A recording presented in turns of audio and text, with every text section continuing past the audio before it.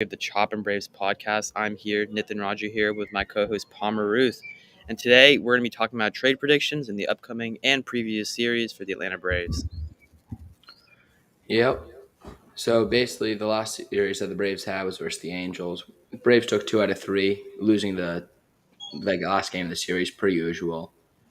Overall, it was a really good series. I felt like we pitched well, we hit pretty well. Other than, Anderson needs to get sent down and call him Muller. Yeah, I think he's in a similar situation as Kyle Wright, where they both came on at pretty young ages, did well, had little brief stints were doing well, but then cuz he's still really young. He's 23 years old. Go down maybe even just for a year, put a mint or even a right, come back up with a little bit more experience and and do well. Mhm. Exactly. Um, One thing that I really liked in this series, I feel like we did a good job hitting with runners in scoring position, and we weren't just completely relying on the long ball, which is something that's really promising to see because that's something that we've struggled with in the past. Yeah, I totally agree. It was nice to see kind of a bit of change of scenery. We've seen a lot of home runs, but this is a nice, small ball almost. Exactly.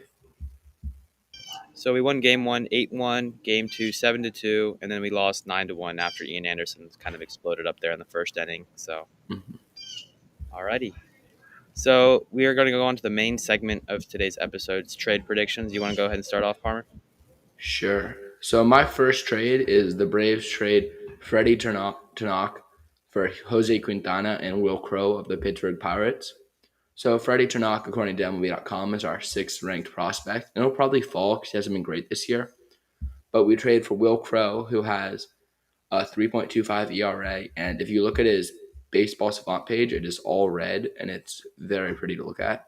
As well as Jose Quintana, who is a veteran's inning eater, who has had a lot of success this year, where he's actually not even outperforming his FIP, so he can do even better than his 3.7 ERA, and he'll just be able to pitch innings if we can't have Anderson do well, or since Strider could be on an innings limit, just keep the innings low on the arm. What are your thoughts?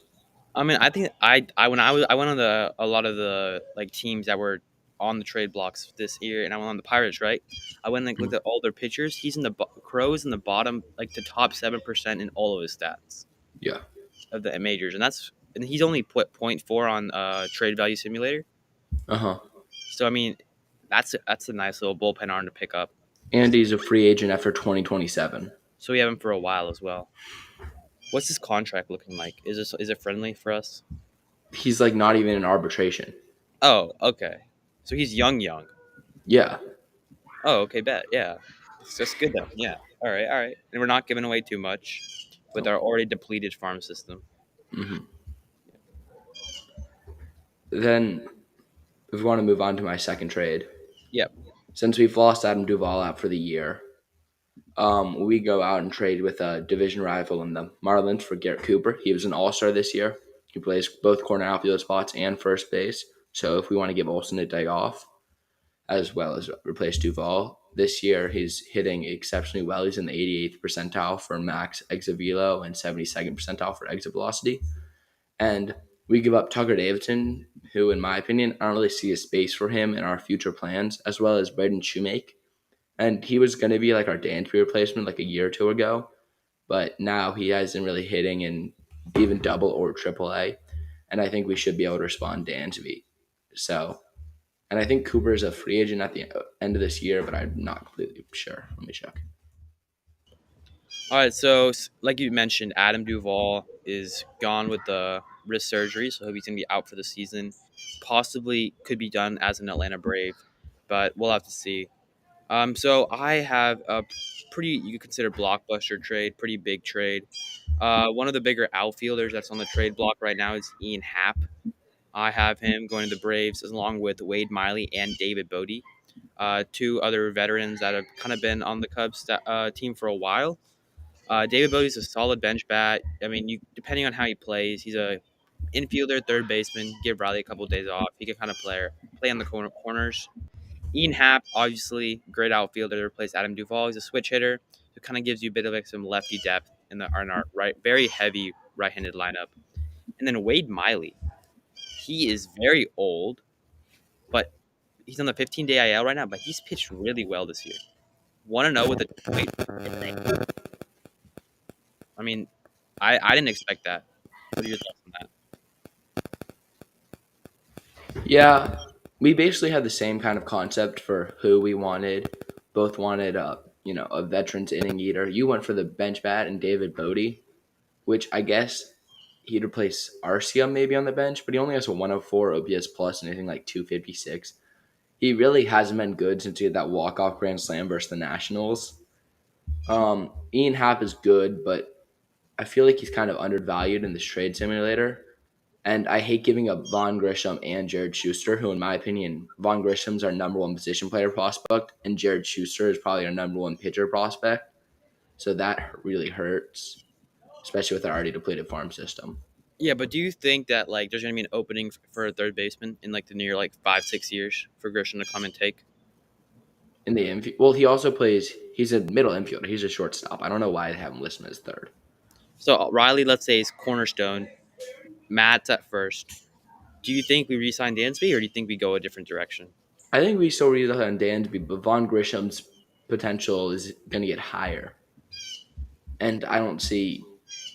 I could see Von Grisham being a better player than Ian Happ. But do we have an opening though in the infield? Because Ozzy's coming back. We have him for a while. So where's his opening to get into the infield? You never know. 2 years ago, we thought, oh, there's no opening for Michael Harris. We have Pache, Waters, Acuna. Yeah, Now yeah, he's in our everyday lineup. So yeah. I don't know. All right. So next trade. So here I have kind of two options here. We need an outfielder, like I said. So Andrew Benintendi, not another one of the bigger outfielders on the market. And I know you didn't like trading away Grisham, but I have him here going again for straight up for Benintendi. But then I saw Scott Barlow. Mm-hmm. He's I think in the closer position right now for the Royals. Yep. 197. I don't know if they're willing to give him up, but he is a really good relief pitcher that I think could kind of help because we're kind of depleted too in the relief pitching department at the moment as well. And I know Palmer's in love with his baseball savant page because a bunch of red. So yeah, But you're just giving up way too much. Benintendi is a rental. Barlow is okay. I don't know. He's kind of proven himself, but you're still yeah. giving up Jesse Franklin, who was really promising up until he got Tommy John. Von Grisham, who has had a 50 game on base streak. Jared Schuster, who is tearing up Double A and will be getting called up Triple A, and I have no idea who the other guy is. But you're just depleting our already depleted farm system for, in my opinion, not enough of a return. Yeah. No, that's the first trade. First trade is a little bit of some fun trade, but I think most realistically, it's me Andrew Benintendi for straight up for Grisham. And Justin Dean. No, just that's he's crossed out. He's crossed out Okay. because I mean, like what do the Royals need on right now? Honestly, for their system, Everything. they need everything, right? I mean, so third baseman, you have Bobby Witt at short, right? And then so a third baseman to pair with him would be kind of nice, right? And they're only giving up Benintendi, so it's like a straight up trade. So I mean, I don't think it'd be too bad. But so let's just look. We have pretty similar trades, and we're both getting like corner outfielders. I get Cooper. Hmm. You get Benintendi. Yeah. So Cooper, you get another year of control after this year, unlike Benintendi. Cooper can play in Toronto if necessary, and we give up two prospects that haven't been super successful. Wait, do we end up playing? Are we playing Toronto again for the season? Well, if we meet them in the World Series, you never know. But I don't know. I like Cooper because you get more control, Yeah. and he's proven himself because Benintendi hasn't been good up until this year, and you give up less. Defensively, who is better, Benintendi or Cooper? I mean, Probably Benintendi. yeah, but Cooper has more versatility, right? He can kind of play a Uh lot huh. more positions. Yeah. Yeah. Alrighty. So you want to look ahead for the next couple games here? How about we're kind of running those really fast? You want to do like big trade targets, like predictions? Like where do you think Soda will go or Ooh, Contreras? this makes this interesting here. Contreras, I've seen a lot of rumors with him going to a New York team. So either the Yankees, I don't know about the Yankees, but maybe the Mets. I don't know. I mean, the Mets are paying a lot for McCann, and Yeah. Yankees have Trevino, who was an All Star. I see more reasonably either he goes to the Astros, who they have two really good defensive catchers, but they haven't been doing anything offensively this year, and that, or maybe he just stays in Chicago because they don't want to lose a ton of fans. But Hmm. I don't really know. Soto, though, on the other hand, what do you think about Soto? I don't think he gets traded. You don't think so? No, he seems like more of an off-season trade deadline guy. We those sort of guys, like when Lindor got traded or when Arenado got traded. None of those guys were deadline guys. Those they were in the off-season. Goldschmidt was in the off-season. Those are all big names. None of them were really traded during the trade deadline. Yeah, but like you see, like the integration with how he was bust down to the All Star game, right?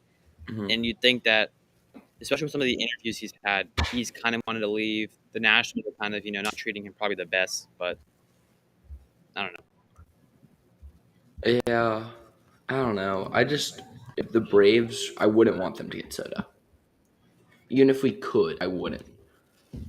Like the contract would be horrible. That could really hinder your franchise if he gets injured or if he just falls off a Oh cliff. yeah, yeah, I totally agree.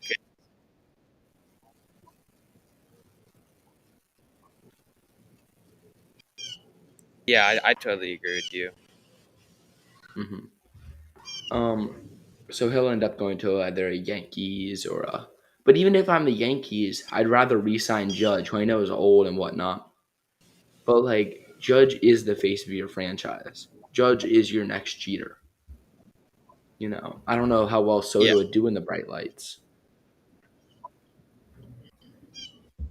I agree. But like, do you think Judge will actually end up leaving New York? And if so, where do you think he's gonna go? If Judge leaves New York, honestly, I haven't really thought about it a lot. I Yeah, mean, yeah. he could go to the Braves. I don't know. Again, that's like DeGrom, where I don't really know if I want him because he's old. He struggles with injuries, and he's going to get paid a lot. What do you think? Is Judge old? Is he? He's 30.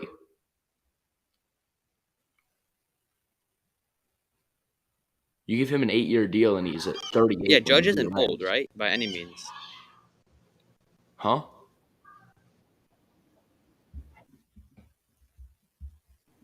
What in? I mean, yeah, but I don't think the Braves are gonna be able to afford that kind of big kind of guy. I mean, we can go out there and sign some guys, but I think like you said, Degrom or Judge is just too much. Your audio is like really echoey right now, and so is mine. Yeah, I Give don't me a know. second here. Uh, I'll just skip on to the Phillies preview. So, game one, you got Max Fried versus Ranger Suarez. Ranger Suarez was really good once he started to start. Instead of being in the bullpen last year, he had like a sub 2 ERA, but this year he's in like the four, so he's not that great. Plus, he's going up against one of the better pitchers in the National League in Max Fried. So, I'd probably favor the Braves on that one. Now, I think, in my opinion, the most entertaining game will be game two, which is Strider versus Nola. Last year, Nola was like really getting unlucky with his bad infield, but this year he's bounced back and he's doing really well. Plus, you're going against Strider, who has had a great year, but he did have a really rough start in his last outing versus the Nationals. But that extra rest could really help him and with his innings and everything. So I think that would be the game to watch. And then game three will be Morton versus TBD. I don't know who the Phillies would start there because I'm not super well educated on their thing. Maybe they'll go trade for someone. Um, and then so I see the Braves winning the series. We're a better team, and I also feel like after this series, there's a very good chance that we could be leading or tied with the National League East record because the Mets are going to face the Yankees, who have been the best team in baseball. So there's a very good chance that if we sweep and they lose 2 out of 3, we have the lead in the division, and I don't think we let that go for the rest of the year. Yeah, yeah, I totally agree. And if you look at it too, the Phillies are definitely capable of making some trades. They're only one game back of the wild card, so they're definitely still Mhm. considered a contender. But the trades aren't going to happen during the season because, there'll be some small trades like the Vogelbach trade that happened, but most of the trades will happen August 2nd, which is the trade deadline this year. Hmm. So that's probably gonna go like when the Phillies come back to Atlanta, because the Who Phillies are back cares? in Atlanta on the second as well. So They don't have Harper. Even if they were to go trade for like Contreras and Soto, we could still maybe have the better team. hmm, yeah, I think Harper is definitely a big punch to the gut for them. Hmm. All right. So I mean, like going back to the Judge thing, who do you think he's gonna go to? Like who can afford him, but like who doesn't have other players? 'Cause I don't think he's gonna go to a contender if he signs a big max, like 50 million a year team deal. Yes, he will. He'll go to a contender.